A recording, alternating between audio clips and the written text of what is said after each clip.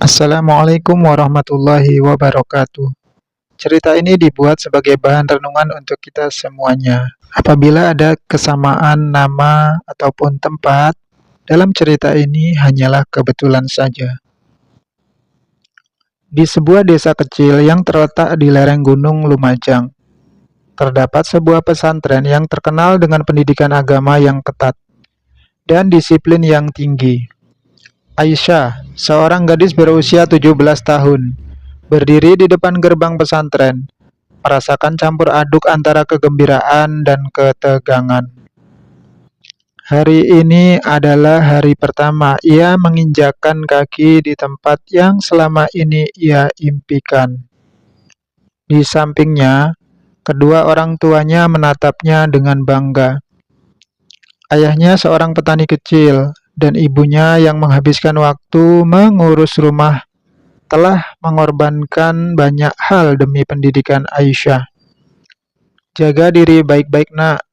Ibu dan ayah percaya kamu bisa menjadi yang terbaik di sini, bisik ibunya sambil memeluk erat Aisyah. Aisyah pun mengangguk, berusaha menenangkan jantungnya yang berdebar kencang. Setelah mengucapkan selamat tinggal kepada orang tuanya, Aisyah melangkah masuk ke dalam pesantren. Suasana di dalamnya terasa hidup, dengan santri-santri lain berlarian menuju kelas. Aisyah merasakan semangat baru yang membara. Ia bertekad untuk belajar dengan giat agar dapat mengangkat derajat keluarganya. Namun, tidak lama setelah mulai beradaptasi, Aisyah mulai merasakan tekanan yang tidak biasa. Ustadz Rahmat, seorang guru yang sangat dihormati dan berpengaruh di pesantren, mulai memperhatikannya lebih dari yang lain.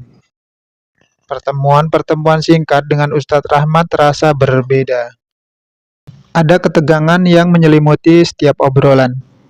Ustadz Rahmat sering memanggilnya ke kantornya, menanyakan kabar dan perkembangan hafalannya. Awalnya, Aisyah merasa terhormat, tapi lama-kelamaan ia merasa terjebak. Suatu sore, setelah pelajaran selesai, Aisyah dipanggil ke kantor Ustadz Rahmat. Dengan langkah ragu, ia memasuki ruangan yang dipenuhi dengan rak-rak buku dan aroma kertas yang lembab. Aisyah, ada sesuatu yang ingin aku bicarakan denganmu, kata Ustadz Rahmat dengan suara yang lembut menutupi nada serius di baliknya. Aisyah merasakan jantungnya berdebar. Apa itu, Ustadz? Tanyanya, berusaha menjaga nada suaranya tetap tenang. Aku ingin kamu menjadi istriku, Ustadz Rahmat menyatakan, membuat Aisyah terkejut. Seakan dunia di sekelilingnya berhenti. Kata-kata itu terngiang dalam pikirannya. Tak percaya apa yang baru saja didengarnya. Ustadz, saya masih ingin belajar. Saya belum siap untuk hal itu, jawabnya dengan suara bergetar. Ustadz Rahmat tersenyum, tetapi senyum itu terasa dingin. Kita bisa menikah secara agama tanpa melibatkan orang tua. Aku akan mengurus segalanya. Kamu tidak perlu khawatir. Aisyah merasa hatinya hancur. Ia ingin berteriak, tetapi suaranya seolah terperangkap di tenggorokan. Keesokan harinya, Aisyah berusaha untuk kembali ke rutinitas belajarnya. Tetapi bayangan Ustadz Rahmat terus menghantui pikirannya. Setiap kali ia melihat guru itu, rasa ketakutan mulai menyelimuti hatinya. Seiring berjalannya waktu, tekanan semakin besar. Ustadz Rahmat terus mendesaknya, menjanjikan kehidupan yang lebih baik jika Aisyah setuju. Aisyah merasa terjebak antara impiannya untuk belajar dan ancaman yang datang dari orang yang seharusnya menjadi panutannya. Pada malam hari, ketika semua santri tertidur, Aisyah sering terbangun dengan keringat dingin. Ia ingin menghubungi orang tuanya, tetapi akses komunikasi sangat terbatas. Ia merasa terasing dalam dunia yang seharusnya memberinya kedamaian. Setiap detik terasa menyakitkan, dan air mata sering mengalir tanpa bisa ditahan. Suatu sore, setelah berminggu-minggu menjalani ketegangan ini, Aisyah menerima kabar bahwa ibunya akan datang mengunjunginya. Rasa rindu dan harapan membara dalam hatinya. Ketika ibunya tiba, Aisyah segera berlari ke pelukannya.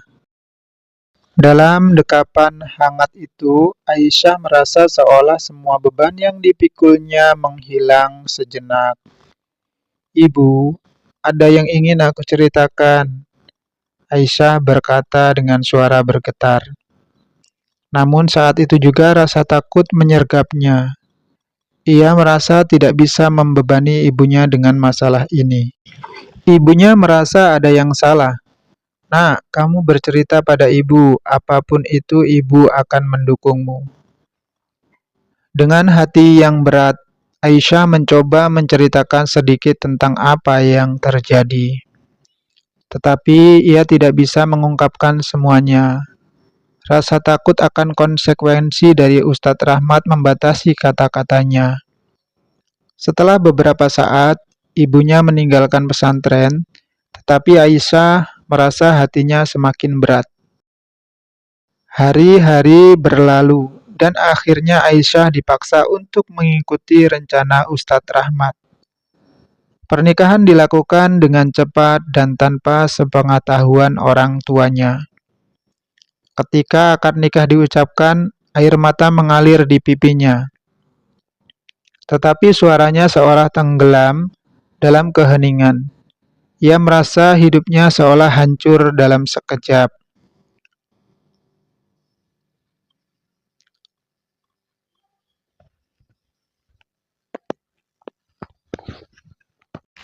Setelah pernikahannya, hidupnya menjadi mimpi buruk.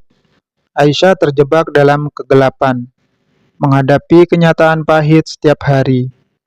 Ketakutan dan rasa sakit terus membayangi langkahnya.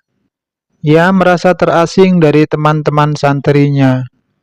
Tidak ada yang tahu apa yang sedang ia alami. Setiap malam ia terbangun dengan rasa panik dan tidak berdaya. Suatu malam, Aisyah berdoa dalam kesunyian. Ia teringat pada mimpinya untuk mengubah nasib keluarganya. "Aku tidak boleh menyerah," pikirnya. Namun rasa takut terus menghantuinya, membuat merasa tidak berdaya. Suatu ketika, ibunya kembali mengunjungi pesantren.